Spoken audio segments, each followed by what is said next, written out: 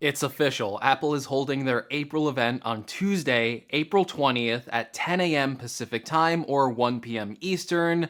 And the crazy part about this event is that hours before the invites went out, Siri actually leaked the existence of this event when you asked Siri about the Apple event. So I guess Apple is gonna have to fire Siri now for leaking this event. Rest in peace, Siri. You were okay for a virtual assistant. However, even though the event is still a week away, we know a lot about the rumored products that Apple plans to show off at this event, and new information about some possible delays with the bigger 12.9-inch iPad Pro. So let's talk about everything we can expect for Apple's April event, because I am really excited for it. Well, I think the first and most obvious product we can expect out of this event is a new iPad Pro. I've covered the iPad Pro pretty extensively on this channel already, and even made a dedicated video about what we can expect for new features out of this product in a dedicated video. So if you want a more extensive overview of what to expect for the new 2021 iPad Pro, you can find that video here. But I'll do my best to give you a quick version of what you can expect. So the iPad Pro was updated last year in 2020. However, this didn't feel like a true update to the 2018 iPad Pro because for the most part, the A12Z chip was pretty much an A12X chip with one extra GPU core enabled, and the iPad Pro was really put into an awkward position with Apple's recent iPad Air, which actually had an A14 chip inside of it that not only was more powerful in single-core performance, but even had features that were exclusive to it that the iPad Pro couldn't do, like changing video resolution and frame rates in the camera app. So the iPad Pro will finally be getting an upgrade to the A14X chip, which will be a 2-chip generation jump, and we really don't have to wonder too much about the performance of the A14X chip because we already know that the M1 chip is actually based off the A14X chip, so we should expect similar performance from an M1 MacBook Air and an A14X equipped iPad Pro. Now, in terms of design, current rumors expect the 2021 iPad Pro to look identical to the last two versions. However, it will be getting one of the biggest display upgrades ever to the iPad with the introduction of a mini LED display on the 12.9-inch model. A mini LED display is basically more smaller LED lights behind the display that can turn on or off in zones. Because you can control these smaller zones with more precision, it leads to picture quality with significant benefits over standard LED displays. Benefits like higher contrast ratios, deeper black levels, higher brightness levels, and better light control for high dynamic range in HDR video. However, recent rumors say the mini LED display will be exclusive to that 12.9-inch iPad Pro, and on top of that, Mark Gurman from Bloomberg put out a recent article detailing that Apple is facing supply issues with the display components, and the 12.9-inch iPad Pro could be in very limited supply,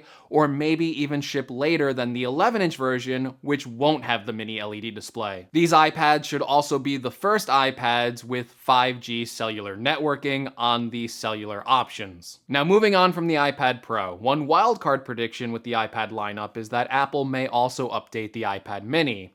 I'm a little less confident in this update as we haven't heard recent rumors about this product all too much, but we have heard some information in the past posting to around a spring release date, and we've seen a couple of leaks in recent weeks, so this might be at the event. There are two competing rumors for the iPad mini design. The first one is a lot more exciting, with a redesigned iPad mini with an iPad Pro-like design with slimmer bezels, the removal of the home button, a USB-C port, and support for the second generation Apple Pencil, and of course an A14 chip. The display size for this design is rumored to be around 8.7 inches.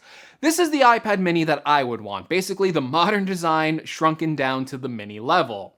However, this iPad mini could also be disappointing and feature only a slight design change with just slightly narrower bezels and still have mostly the same design with a lightning port, and the big upgrade would only be the inclusion of the A14 chip. So hopefully we get the former design, but in all honesty, based on some of the leaks I've been seeing, I'm really expecting Apple not to, blow us away here. I'm kind of expecting them to stick to a very similar design to what is offered now so they can offer it at a cheaper price point. Now, moving along to another widely leaked product that we may expect for the April event is Apple's new AirPods 3. The AirPods 3 look a lot more like AirPods Pro with shorter stems, which should have the new squeezable gestures. At first, I wasn't really that excited for AirPods 3. I already own AirPods Pro and AirPods Max, so I couldn't imagine Apple offering anything here that would really excite me.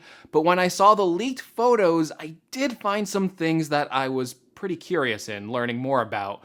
For example, the design of the AirPods 3 look like it's incorporating a dual design where out of the box, they look like they fit in your ear like normal AirPods would, sitting in the ear and not isolating the sound like you would have with silicone ear tips. However, on top of that, there's rumors that these AirPods will also have the option to have silicone ear tips in them, much like the AirPods Pro do. As the regular version of AirPods, these need to cover a wide array of use cases and styles. The original design of AirPods are a huge hit, so changing that design is inherently risky, especially in how they fit in the ear. In fact, I know quite a few people who actually prefer the way AirPods fit in their ear than how AirPods Pro fit in their ear. However, I also think that AirPods Pro have raised the bar for sound quality compared to the original AirPods.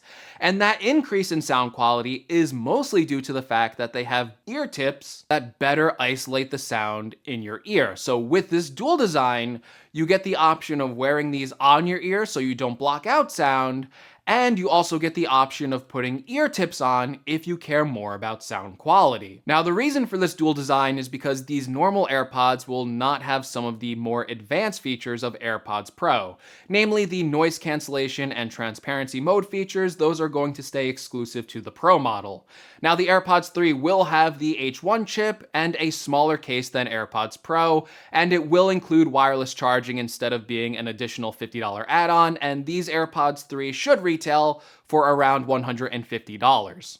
Okay, moving on. We are also expecting that the Apple TV might be getting a refresh as well. Now, this Apple TV will apparently include a new remote and be focused more around gaming, with the inclusion of a better chip as high as the A14.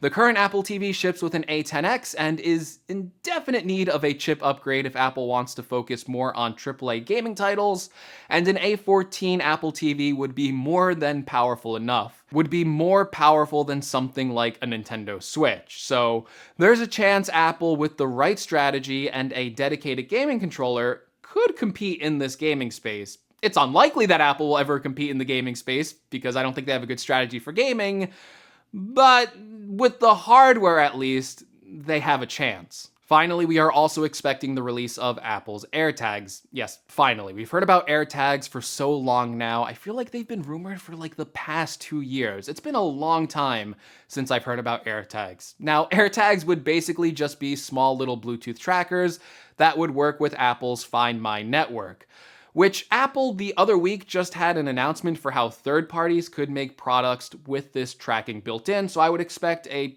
similar way for AirTags to work. So for a product like AirTags, say you put an AirTag in a bag, lost your bag, and someone with an iPhone walked by it, the location of your bag would be pinged to you. There's also some accessories that Apple will sell alongside AirTags, like optional leather keychains. I think the most interesting thing about AirTags will actually be how Apple handles some of the privacy implications of a device that is constantly sending out its location data. So even though I'm not that excited for the product, I am interested to see how Apple's story for this product unfolds on stage and how they present it.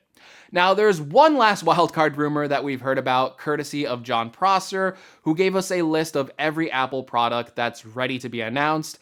And curiously enough, the much anticipated iMac redesign was on this list.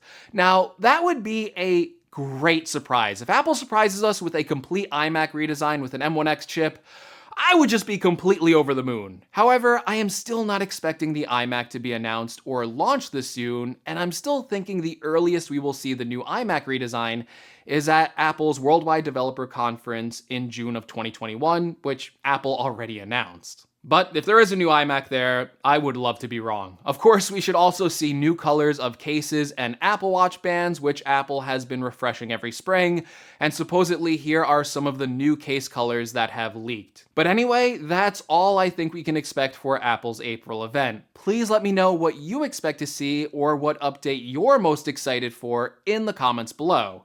If you like this video, well, be sure to give me a like. If you want to see more from my channel, including future coverage of that event, make sure you're subscribed. If you want to help the channel out in any way, make sure you check out some of the affiliate links in the description below.